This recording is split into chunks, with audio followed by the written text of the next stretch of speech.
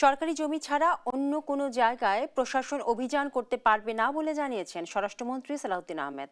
রোববার বিকেলে কক্সবাজার সমুদ্র সৈকতের অবৈধ স্থাপনা উচ্ছেদকৃত স্থান পরিদর্শন করে ব্যবসায়ীদের উদ্দেশ্যে তিনি এই কথা বলেন। এর আগে দুপুরে পেকুয়া সরকারি মডেল জিএমসি ইনস্টিটিউশন অ্যালামনাই অ্যাসোসিয়েশনের ঈদ পুনর্মিলনীতে যোগ দিয়ে স্বরাষ্ট্রমন্ত্রী বলেন, সংস্কারের মাধ্যমে অর্থনৈতিকভাবে সমৃদ্ধি, প্রশিক্ষণ, মেধা, প্রযুক্তিতে শ্রেষ্ঠত্ব অর্জনের মাধ্যমে দেশকে এগিয়ে নেওয়ার লক্ষ্যেই কাজ করছে সরকার।